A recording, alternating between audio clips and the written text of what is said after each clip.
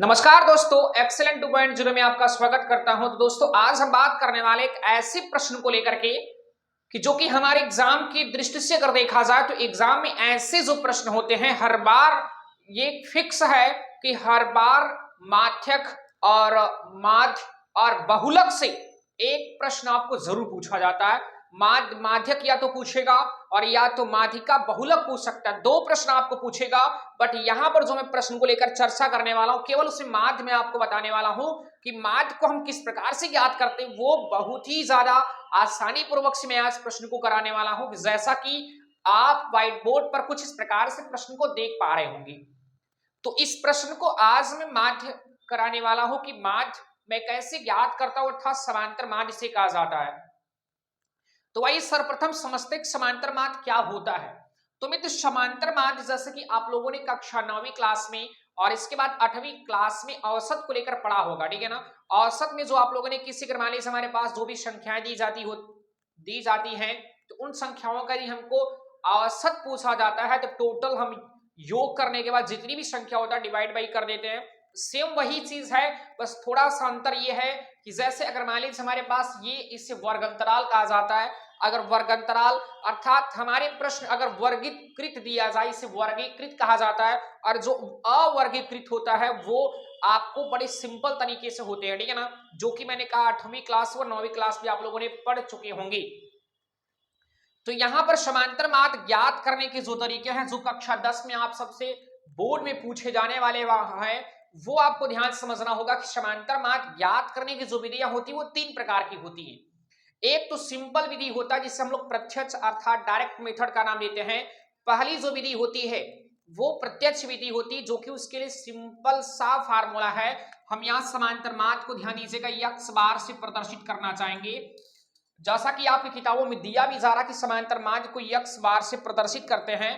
और इसके बाद जो इसका सबसे पहला जो मेथड है इसे हम डायरेक्ट मेथड का नाम देते हैं।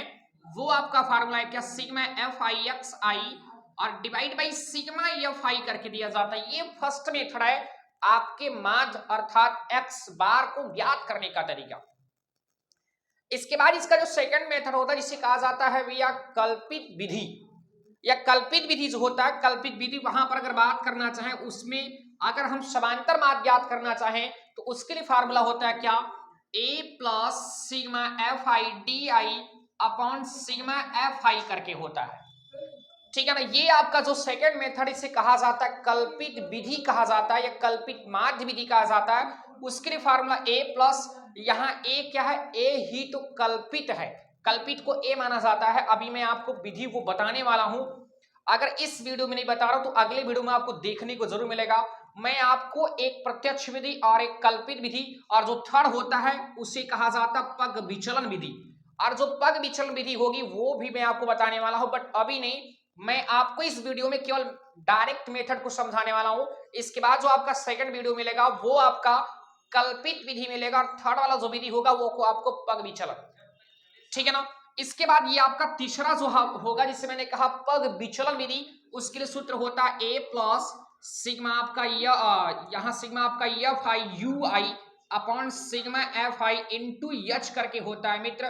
तो ये आपका इसे पग विचलन कहा जाता है, और ये आपका जो विधि है इस विधि को कहा जाता है क्या, कल्पित विधि या कल्पित माध्य विधि। और जो हमारा थर्ड वाला मेथड होता है उसे कहा जाता है प्रत्यक्ष विधि, ठीक है ना।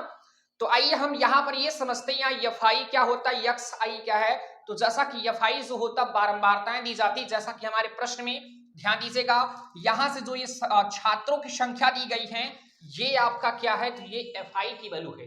F1 कह सकते हो या F कह सकते हो, कोई समस्या होने वाला नहीं है। तो यहाँ पर ये Fi का मान दिया जा रहा है। इसके बाद xi जैसा कि वर्ग माप इसे कहा जाता है, वर्ग चिन्ह भी कहते हैं, वर्ग बिंदु भी कहते हैं। तो जो वर्ग बिंदु होता है वो अभी आपको ज्ञात करना पड़ेगा। वर्ग चिन्ह ज्ञात करने के लिए हमें वर्ग अंतराल की आवश्यकता पड़ती है, क्योंकि वर्ग अंतराल क्या होता है देखिएगा, ये आपके वर्ग अंतराल है जो आपको प्राप्तांक अर्थात दिया जाता है। ये आपके क्या है, ये आपका वर्ग अंतराल होता है। जैसा कि इसे इस प्रकार पढ़ा जा सकता है, 0 या डैश को से पढ़ते हैं, 0 से 10, 10 से 20, 20 से 30 और 30 से 40, और इस प्रकार से देखिए लास्ट में 70 से 80 लिखा जा रहा है। कहने का अर्थ होगा कि जो छात्रों की संख्या 0 से लेकर 10 तक अगर विद्यार्थी होते हैं तो वह छात्रों की संख्या 12 होती है। अगर 10 से लेकर 20 तक प्राप्तांक अर्थात बच्चे होते हैं तो वहां पर लगभग बच्चों की जो संख्या है वो संख्या बताइए कितना 7, और इस प्रकार से आप और भी देख सकते हैं, ठीक है ना। तो हम यहां पर करने वाले सबसे पहले प्रत्यक्ष विधि जो कि बहुत ही लाजवाब है, और एक भी और एक चीज और कहना चाहेंगे मित्र, आपके प्रश्न में पूरे 100% की गारंटी लेकर मैं कह सकता हूं कि ऐसे प्रश्न या माध्यक के जो प्रश्न माध्य के जो प्रश्न होते हैं वो बोर्ड में आपको जरूर देखने को लेकर मिलेगा। हमारी बात समझ पा रहे होंगे। या तो आप अंसाल उठाकर देख सकते हैं, या तो मैं कई आपको ऐसे लगभग कई वर्षों का मॉडल पेपर वो सेट अंसाल भी सॉल्व करा चुका हूं, आप देखिएगा वहां पर आपको माध्य और माध्यक और बहुलक के प्रश्न जरूर पूछे जाते हैं, और वो भी आपके 4 से 6 नंबर के बीच में पूछा जाता है। या तो 4 नंबर का पूछेगा या तो फिर 6 नंबर का पूछेगा। तो आप इस वीडियो को जरूर देखिएगा, क्योंकि इस वीडियो देखने से अगर कहीं आप चूक कर जाए ना तो मित्र आपके 4 नंबर माइनस हो सकते हैं। तो आप ध्यान दीजिएगा कि आप इस वीडियो को जरूर देखिएगा। यदि इस वीडियो को शुरू से लेकर अंत तक आप देख लेते हैं तो क्लियर कि आपके 4 नंबर जो होंगे वो क्लियर हो जाएगा। चलिए समझते हैं।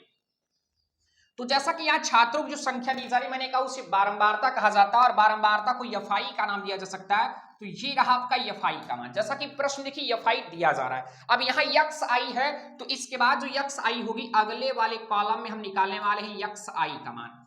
तो ये रहा आपका यक्स आई का मान, और यहाँ पर यक्स आई जिसे हिंदी में आप नाम दे सकते हैं क्या, वर्ग चिन्ह कह सकते हैं, ठीक है ना। और वर्ग चिन्ह का जो सूत्र होता है यक्स आई बराबर क्या होता है, वर्ग अंतराल में, ध्यान दीजिए मैंने कहा 0 से 10, तो 0 क्या निम्न सीमा है और 10 क्या उच्च सीमा है। तो इसके लिए सूत्र होता है क्या भैया, उसके लिए सूत्र होता है उच्च सीमा और प्लस आपका निम्न सीमा, और बटी क्या होता है, तो बटी करके आपका 2 होता है। अब ध्यान दीजिए इन वर्ग अंतरालों के लिए अगर यक्साई का मान ज्ञात करें तो 10 को 0 से जोड़ेंगे 10 ही मिलेगा, और उसमें यदि आप 2 का भाग करेंगे तो 5 मिल जाएगा।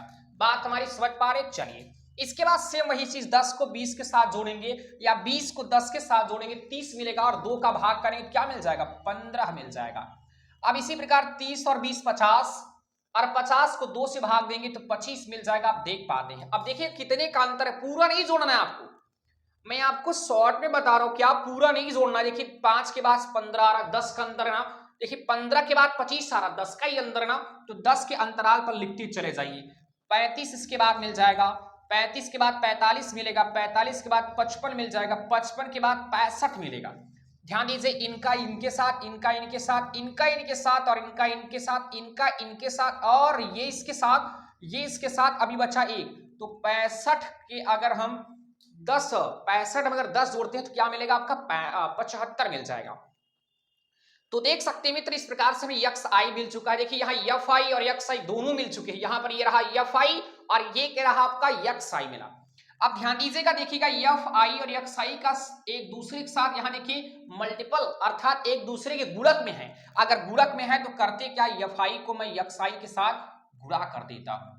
तो यहां पर देखिए हमें क्या मिलेगा, इसे लिख सकते हैं यक्स आई इंटू आपका क्या होगा एफ आई, या एफ आई इंटू यक्स आई लिख सकती हूँ। तो इनका इनके साथ गुणा करना होगा, देख लीजिएगा गुणा करेंगे आपको मिलेगा क्या 12 पंचे 60 मिल चुका है, ठीक है ना, और 15 सत्ते 105 यहां आपको मिल चुका है।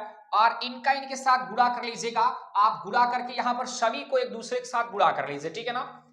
आप गुणा करके देख सकते हैं, यहां पर मैं गुणा कर चुका हूं पहले से ही, और जैसा कि गुणा करने पर क्या मिला है, यहां इनका इनके साथ गुणा करेंगे तो 400 मिलेगा, और इनका इनके साथ गुणा करेंगे तो मिलेगा आपको कितना 420।